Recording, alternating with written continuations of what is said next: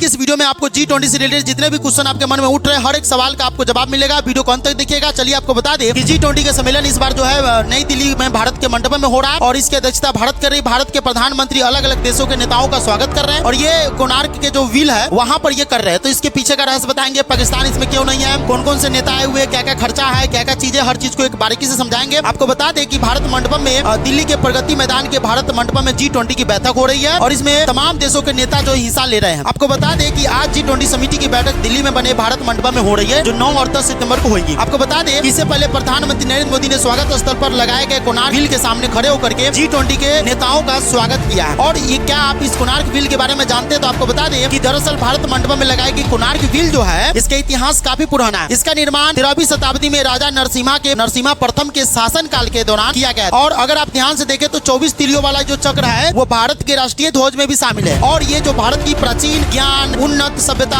और वास्तुशिल्प उत्कृष्टता का भी एक प्रतीक दिखता है। आपको बता दें कि वही कोणार्क व्हील समय के साथ साथ परिवर्तन का भी प्रतीक है। आगे आपको बता दें कि बहुत कम लोग जानते हैं भारत का ये नाम और आपको इस समय जानना है क्योंकि भारत का नाम जो था इंडिया था। इंडिया लोगों को जाना जाता था, लेकिन इस बार जो है प्रेसिडेंट ऑफ भारत करके किया गया और इस बार जो है भारत का चर्चा ज्यादा है। तो हम आपको भारत से रिलेटेड कुछ क्वेश्चन आपको बता दें कि भारतवर्ष देश का यह नाम ऋषिदेव के पुत्र चक्रवर्ती सम्राट भारत के नाम पर पड़ा था और अंजना वर्ष ये सबसे पुराना नाम है। भारत का सबसे पुराना नाम है अंजना वर्ष। ये देश का एक नाम अंजना वर्ष भी हुआ करता था। इसी के बाद देश को भारत वर्ष नाम मिला था। और भारतखंड जम्मू द्वीप रामायण का गाना है। रामायण महाभारत जैसे महाकाव्यों के अलावा पुराणों में भी इसी का नाम इस्तेमाल किया जाता है। भारत है, भारतवर्ष ही नाम ये भारत बना हुआ है। भारत देश का सबसे प्रमुख नाम भी है और हिंदुस्तान यह देश का एक अधिकृत नाम है। यह नाम दिल्ली सल्तनत और मुगल काल के समय सबसे प्राचीन रहा है। आपको बता दें कि जम्बू द्वीप यह भारतीय उपमहाद्वीप के बारे में बताने के लिए आज भी दुनिया के कई देशों जैसे इंडोनेशिया, बाली, थाईलैंड में भारत को इसी नाम से जाना जाता है, इसी नाम से इस्तेमाल किया जाता है। इंडिया यह भारत के सबसे नए नामों में से एक है। यह अंग्रेजी का शब्द है और आज के समय में भारत दुनिया भर में ज्यादातर इसी नाम से जाना जाता है, लेकिन प्रधानमंत्री नरेंद्र मोदी इसका नाम चेंज करके भारत करने वाले हैं। आपको बता दें कि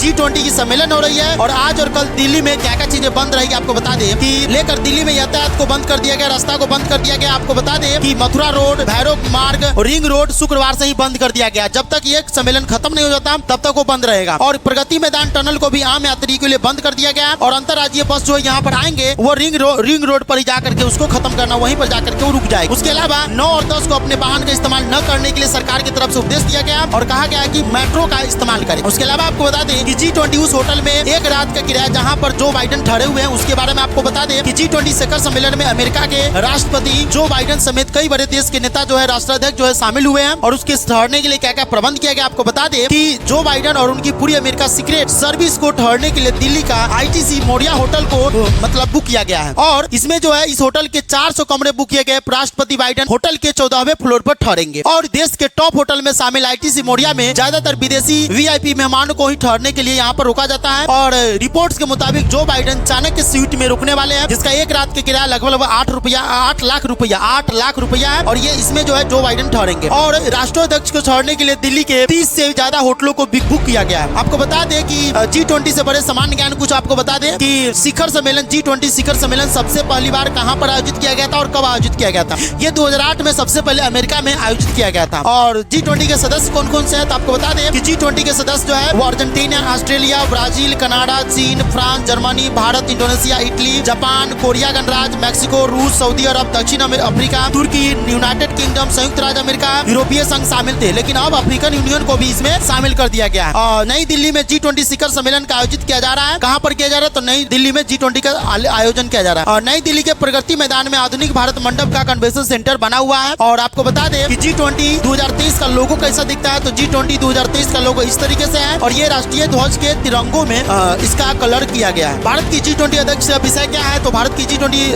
अध्यक्ष का विषय है वसुदेव कुटुंब, one earth one family one future, यानी वसुदेव कुटुंब, एक पृथ्वी, एक परिवार, एक भविष्य। आपको बता दें कि सिडनी ओपेरा हाउस से भी है भारत का मंडपम, भारत मंडपम जिसमें G20 का सम्मेलन हो रहा है और ये सिडनी ओपेरा हाउस से भी ज्यादा बड़ा है। और राजधानी दिल्ली के भारत मंडपम में G20 का 18वां सम्मेलन चल रहा है। सम्मेलन के बाद इसे आम लोगों के लिए खोल दिया जाएगा, आम लोग भी इसमें जाएंगे। भारत मंडपम का देश में सबसे बड़ा कन्वेंशन सेंटर माना गया है। इसका उद्घाटन प्रधानमंत्री नरेंद्र मोदी ने 26 जुलाई को किया था और प्रगति मैदान के रीडेवलप करने का काम जो है 2017 में शुरू हुआ था। इसे नेशनल प्रोजेक्ट के तहत 2700 करोड़ रुपए में रीडेवलप किया गया है। आपको बता दें कि यह 123 एकड़ में फैला हुआ है। इसका एरिया करीब 26 फुटबॉल स्टेडियम के बराबर है और इसमें एक बार में 5 5000 गाड़ियों को पार किया जा सकता है। इस इमारत को संघ के आकार में डिजाइन किया गया है। इसकी दीवारों पर भारतीय संस्कृति की परछाई और योग मुद्रा भी बनी हुई है। आपको बता दें कि G20 के वेन्यू भारत मंडप में अष्ट धातु से बनी ये 27 फीट ऊंची नटराज की सबसे ऊंची मूर्ति लगी हुई है। इसके पहले फ्लोर पर 18 कमरे हैं, जिनके आमतौर पर कॉन्फ्रेंस के लिए इस्तेमाल किया जाएगा और साथ ही VIP लॉन्च भी बना हुआ है। दूसरे फ्लोर पर 2 बड़े हॉल है, एक समिट रूम और एक बड़ा लॉन्च एरिया भी है, जिसे जरूरत पड़ने पर समिट रूम के तौर पर इस्तेमाल किया जाएगा। तीसरे और आखिरी फ्लोर पर एक बड़ा सा हॉल बना है, जिसमें एक बार में कुल 7,000 लोग बैठ सकते हैं। आपको बता दें कि G20 में मेहमानों को भगवत गीता से मिलेगा हर सवाल का जवाब, क्योंकि G20 में भारत ने विदेशी मेहमानों के स्वागत के लिए कोई असर नहीं छोड़ा हुआ है। हर काम जो है वहाँ पर कर रहे हैं ताकि कोई भी किसी को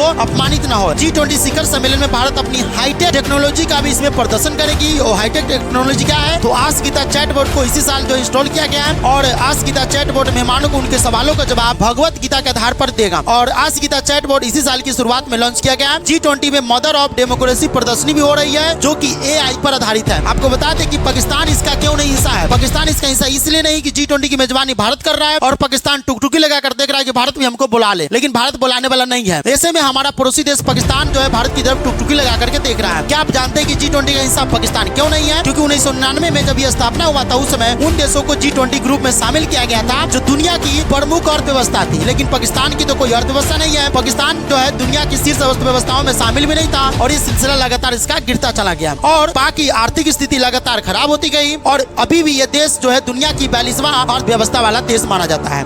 ऐसे में पाकिस्तान के लिए G20 ग्रुप में शामिल होना बड़ी दूर की बात है। अगर आपको G20 से रिलेटेड और भी कोई क्वेश्चन है तो नीचे कमेंट करें। वीडियो अच्छा लगा वीडियो को लाइक करें, चैनल पर नए चैनल को सब्सक्राइब करें।